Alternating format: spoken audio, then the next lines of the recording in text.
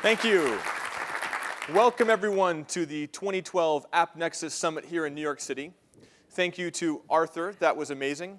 If you ever go to a yoga class and Arthur is next to you, just walk out.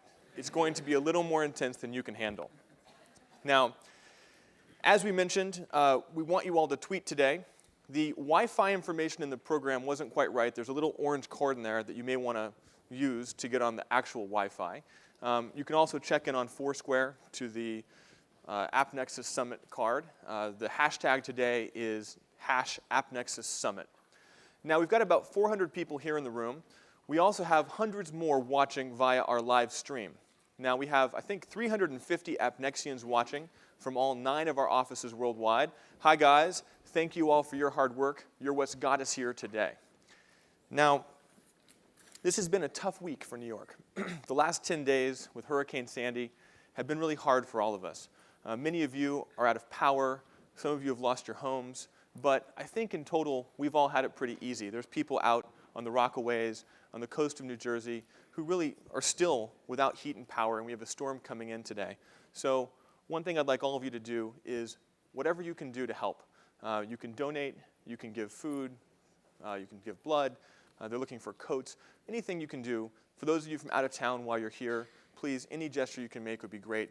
A number of AppNexus employees have gone out to Staten Island and other places to actually volunteer and help. So please chip in, and our thoughts go out to everyone who's struggling today. Now, yesterday, as many of you know, was the presidential election.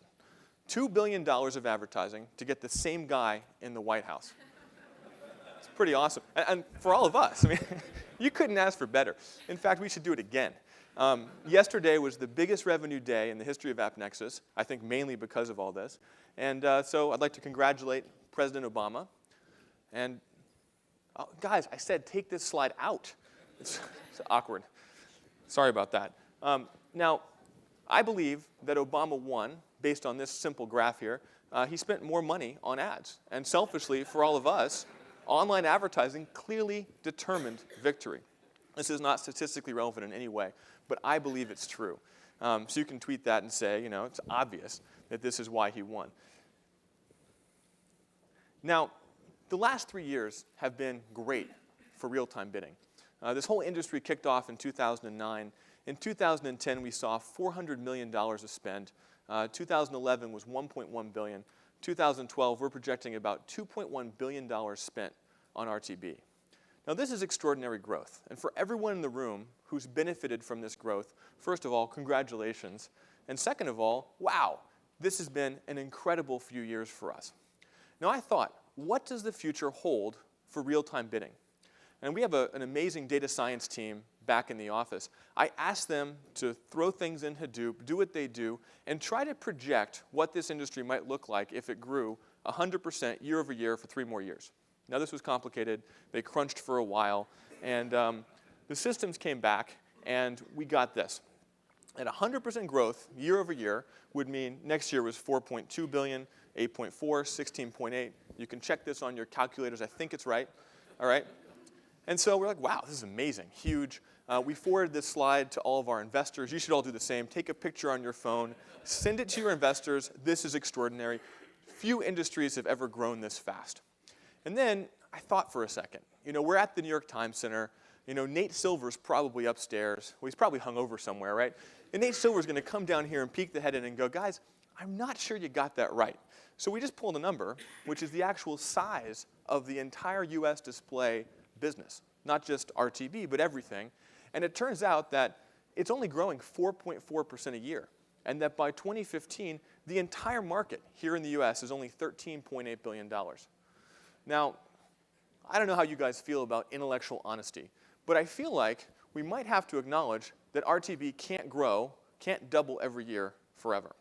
Now, we have Joanna O'Connell here later from Forrester, and we thought, why don't we find out what the experts actually think about the growth of RTB? So here's a revised forecast. This is like the nowcast from Nate Silver for the election. And so this is more realistic. Not quite as impressive. You can still take a picture and send it to your VCs. It's still good. And what this tells us is that next year, we're going to have $1.4 billion more money in the RTB ecosystem just here in the US. That's $1.4 billion that we can all use to fund our businesses. That's money falling from the sky, I think, that we can just put in the bank and use to take our businesses to the next level. And more where that's coming from. So this will be, based on our projections, half of the display business in the US by 2015. That's exciting. But there's kind of a dark side to this. Now, up in the right is how I make all of my graphs. I was disappointed that this line couldn't be up in the right as well. This is the actual growth rate. And what we see is that from 2010 to 2011, this market grew by 200%. From 2011 to 2012, 100%. And now we're starting to see the growth rate go down to 63%, 43%. Now, 63% growth is something that most industries would love to have. But for us, this is a change. This is a change in how we think about our businesses. Just by showing up, the average company here, if you were an RTB-only company, would see 100% growth from last year to this year. Next year, just by showing up, you get 63% growth. How many of you plan today to grow your business by 63% or more next year? A surprisingly small number of hands. Most of you must be doing more than just RTB. But this is the bar. This is what you have to do. There's simple math here.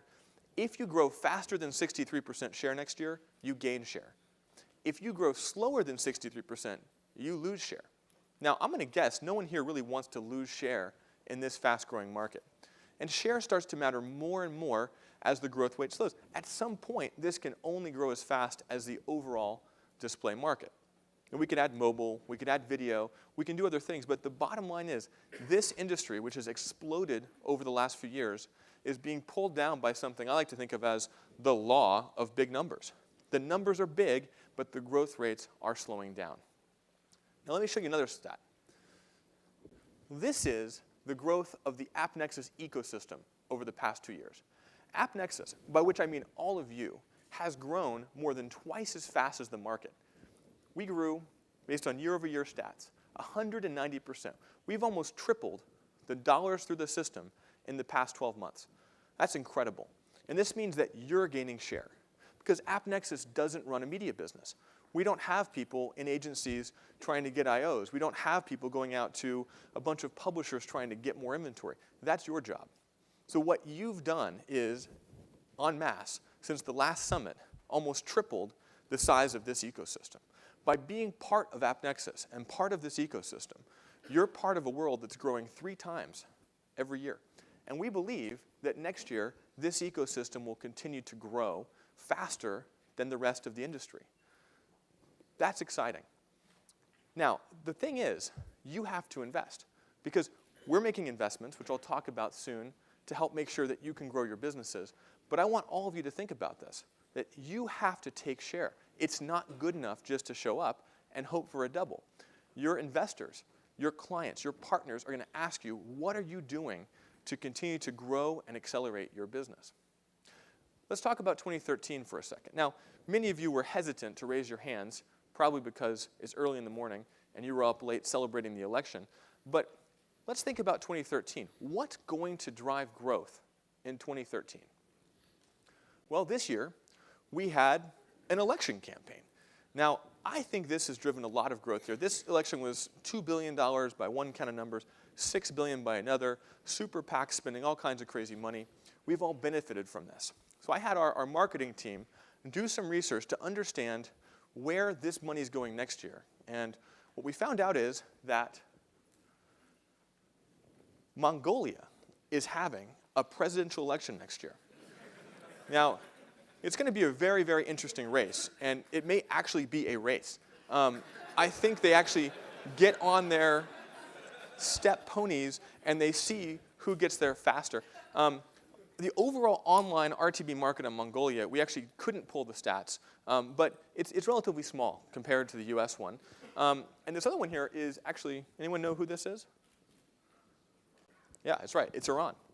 And you know, online advertising in Iran actually may be prohibited by the US government, but still, I do think if you're not American, you could probably build a pretty interesting business. 100% of Iranians actually vote.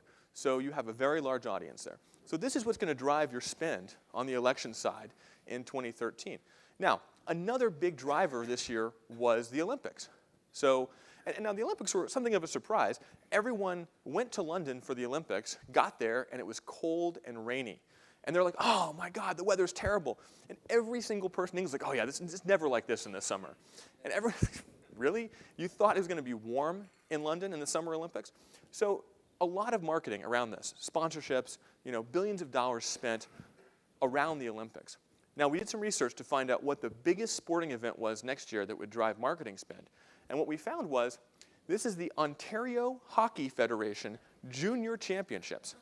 Now, I have to admit, this is what Michael Rubenstein found. Now, Michael, being Canadian, is extremely excited. He was naming all the players, where their parents live.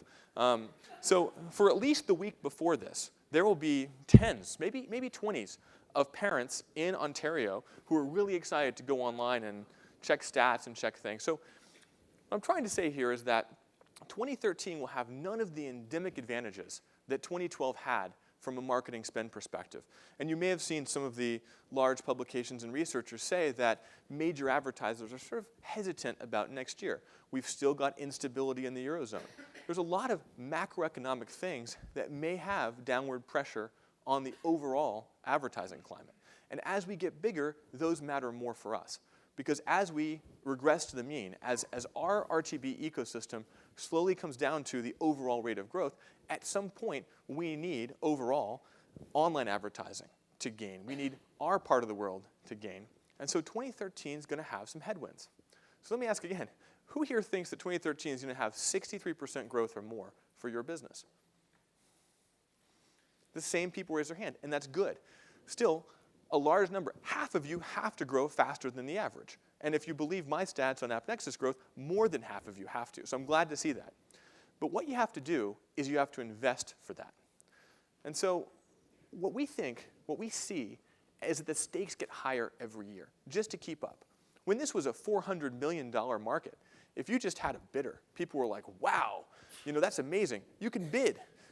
If you could actually auction an impression, people would say, wow, that's incredible. You auctioned an impression in real time. It only took 250 milliseconds. That's amazing. Well, not in a $4 billion market. If we're going to be in a $4 billion market, now the professionals start stepping in, and the real statistics start to matter. Can you really do this as well as your competition? There are major companies out there who are spending tens or hundreds of millions of dollars a year to build world-class enterprise technology. Those are the stakes. That's the ante it takes to get into the game. And every year, that ante gets bigger. Now, I'm a terrible poker player, but my understanding is that's how poker tournaments work too. Every time you go around, the ante goes up. So we put a poker image up here. Now, there's 4 things we're investing in to make sure that you have what it takes to get to the table. In other words, our job at AppNexus is to give you what it takes to get to the table. We'll help you with the table stakes. You've still got to play poker, and run your business and bring in a good hand, meaning your own competitive advantage. So all we can do is build the fundamentals. Now, there's 4 things here. And Andy, I see you laughing at my analogy. It's not nice. Andy Atherton is a world-class poker player. He's smirking. All right, so scale, quality, markets, and people. That's what we bring to the table to help you. So let's talk first about scale. Now, this summer, many of you know, a company called Facebook launched an exchange, FBX. And they called up and said, hey, we have a relatively small online population, about 1 billion users, and we're thinking of putting this into the RTB ecosystem. They said, hey, could you guys handle a little bit more traffic? And we said, yeah, a little traffic, no big deal. How much are you thinking? And then they showed us the number, and our head of tech ops, Tim Smith, had a heart attack. And we resuscitated him. And he said, okay, we have enough servers to handle it. We have the hardware to handle that scale. And so we were able, when FBX launched, to actually take the full fire hose from Facebook, which is huge. It's actually bigger than Google. It's bigger than pretty much any inventory source that we've seen before. And that was something that had no monetization. There was no campaigns live. It wasn't even out of beta. And we were forced to put tens, hundreds of servers up to make sure we could handle the full volume. Now, that wasn't economically intelligent for us. It wouldn't be economically intelligent for anyone just to take a whole bunch of new traffic that you couldn't monetize. But we were able to do this because of fundamental investments we've made in scale. And this is what lets all of you begin to experiment and play in the Facebook ecosystem. And this isn't just Facebook. This year, we've grown the number of impression requests we see, the bid requests, by a factor of 3. we've actually increased the volume that we serve by almost 5x. This time last year, we physically served about 2 billion impressions a day. Now we're doing about 10 billion a day that we physically deliver. That's all your volume, so thank you very much. But that kind of scale requires extraordinary investment. And it pays off. Let me give you some stats.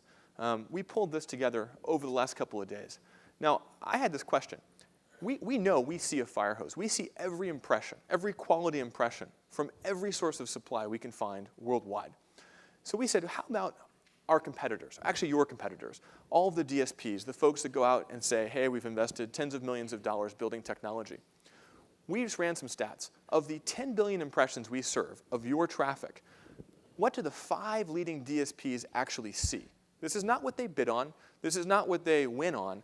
This is the actual numbers that they're even configured to see, that they don't time out on, that they have technical capacity to see.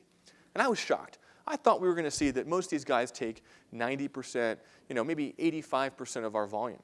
No. These guys are taking, in one case, a leading DSP, whose name you would recognize, it's on the little Terry Kawaja slide, only sees 24% of volume for technical and configuration reasons. This is your inventory that they are failing to monetize because they can't handle that fire hose. Now, in their defense, we've scaled incredibly fast this year.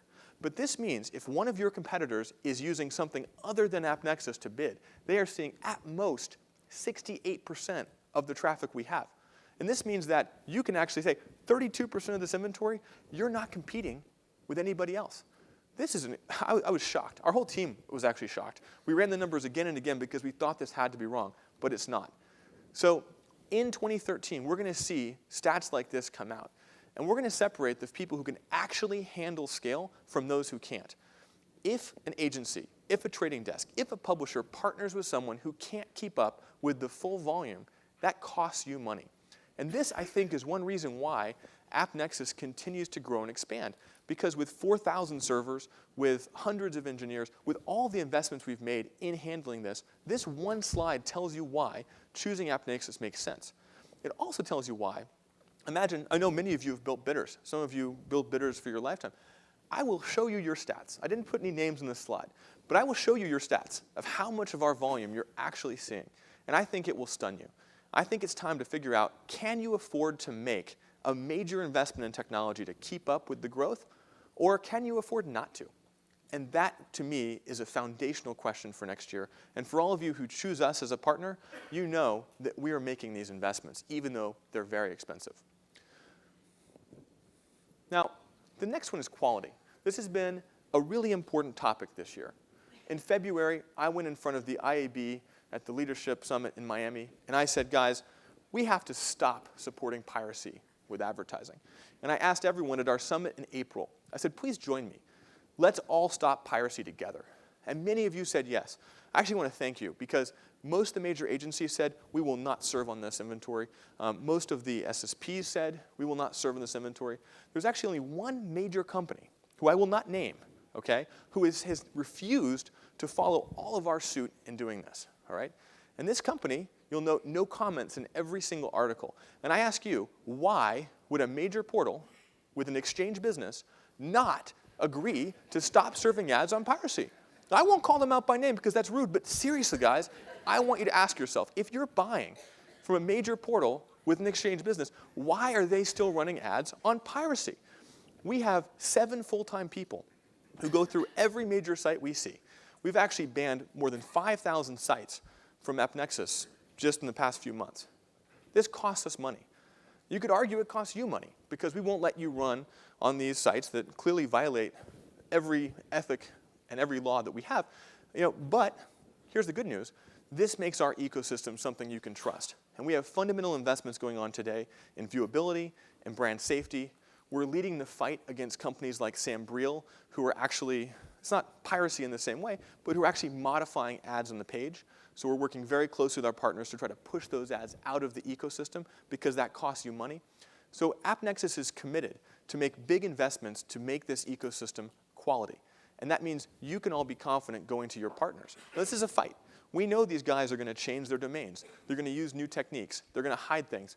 We're going to keep fighting. We're going to take a proactive stance, and our team and our investment here will just keep increasing. Third, Markets. So the US market is only growing 4.4%. The UK market has grown extraordinarily as well, but it's starting to slow down. The Netherlands has always been a leader in RTB. But new markets are starting to emerge. Last year, AppNexus opened up in London. We now have almost 20 full-time people in London. This year, in April, we opened up in Paris. We now have 6 people in Paris. We opened Hamburg in September. We just hired our 2nd person there. And this is a commitment we're making, not just to have a server in Amsterdam, but to actually have people who understand these local markets. So for all of you Americans who want to think about new markets to go to, we understand. We have people on the ground. If you're building apps, if you've got an interesting media offer, we can help you bring this to new markets. And by the way, there's a lot of Europeans who are now coming to the US because they're innovating faster than we are in some areas, and they're going to bring those businesses here. And we think AppNexus has a fundamental advantage because we have employees, we have people, we actually understand these markets very well. And a month ago, we announced that Orange, France Telecom's advertising group, selected AppNexus as its platform. In Germany, last week, we announced that Interactive Media, which is the sales house subsidiary of Deutsche Telekom, is choosing AppNexus as their platform. This means that we have the leading publishers in 2 of the biggest markets in Europe on our platform. So if you're building a business there, not only do you have our incredible employees, you also have access to the very best inventory. And we expect to announce even more deals across Europe over the next few months. So this is a big advantage for you if you want to find all of that 63% growth. It's going to have to be global. Now, the final thing I want to talk about is people. Now, AppNexus has 350 employees. We don't have very many salespeople. We have no media salespeople. We don't really do managed services. So what do these people do? Well, let's go back to last week. We knew a hurricane was coming.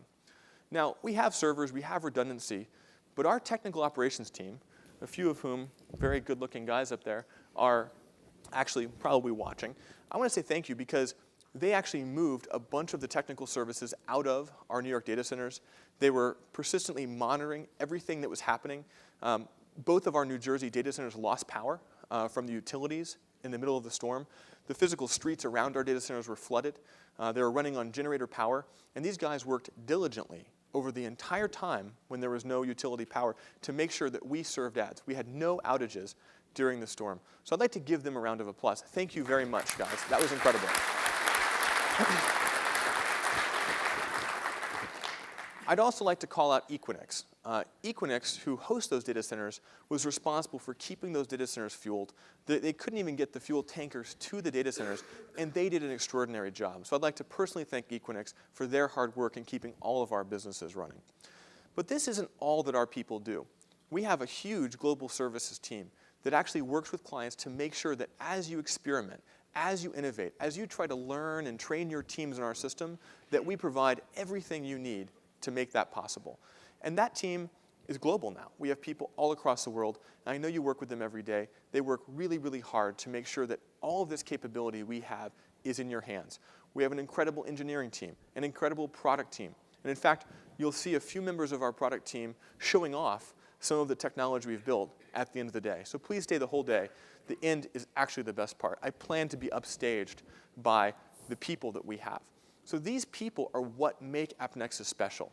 These people, there was a great tweet a couple days ago. Someone said, if automation is the future, why does AppNexus have so many employees? Well, we have all of these employees so that you don't have to have them. We have these guys sitting there so that we can make these fundamental investments. I hope many of you weren't worrying about your data centers. You weren't worrying about your ad servers. You weren't worrying if campaigns were going live or if batches were processing or if a critical client who was trying to go live last week in Germany was able to actually go live. That's our job. And I hope it means that you can raise less money, that you can have your businesses more focused on what matters to you. So that's where people are an investment. We plan to keep hiring the best and the brightest. That's a key part of creating value and creating long-term differentiation for you. So that's scale. So next year, here's what I need you to do.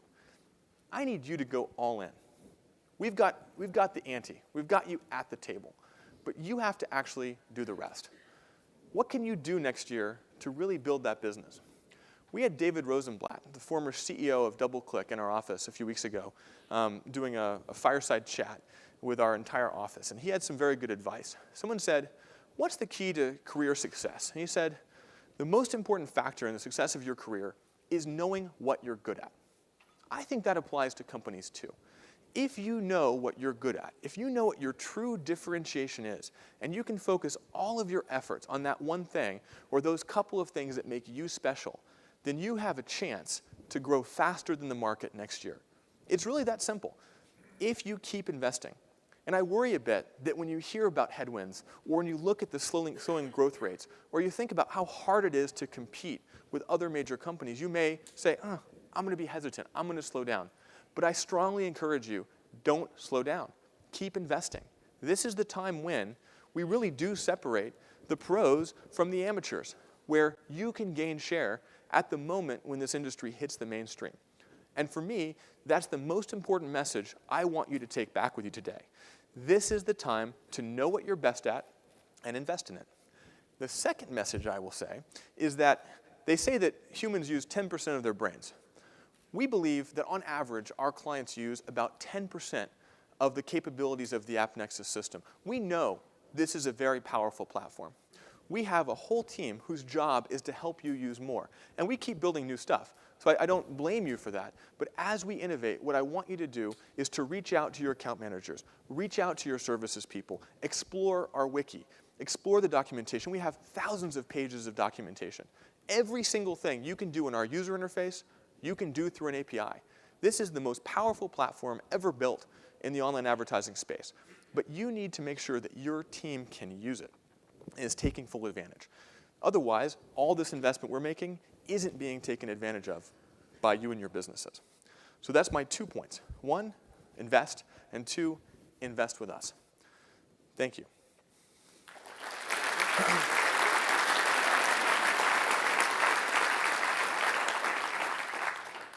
I've got a couple more announcements to make. So as we build AppNexus into an industry-leading company, things like governance start to matter a lot more. And many of you are betting your business on AppNexus. And so we decided to bring in 2 world-class people to join our board. And we'll be announcing this publicly today. Now, the first of these, many of you know, Brian McAndrews, CEO of Aquanav from their IPO through their sale to Microsoft. I told Brian what David Rosenblatt said about self-awareness and knowing yourself. And I said, what do you think the key to career success is? And he said, well, I think the key to career success is knowing what the key to career success is. And I thought for a second and said, Brian, that's either really deep or really not deep. He's here. Now, Brian's on the board of the New York Times, Seamless Web and others. And I thought since he's on the board of New York Times, we could get a discount today. And he said, no, actually, the New York Times needs every single dollar it can get. So I think we're paying full price. So he's here. Please welcome to AppNexus. Really excited to have him here as a mentor and advisor for the business. We're also adding Ed Gillis. Ed is one of the most prolific and experienced CFOs in the country. He was the CFO of Lotus back in the 80s. He was the CFO of 3 public companies. He's advised companies like Skype on various transactions. He sits on the board of a number of public companies today, including LogMeIn. And so very excited. Ed brings a huge amount of financial and operational experience to a business that is processing hundreds of millions of dollars of transactions. So both of these guys will have a huge impact on my ability to manage this company and our ability to grow a world-class independent company. So please join me in welcoming them to AppNexus.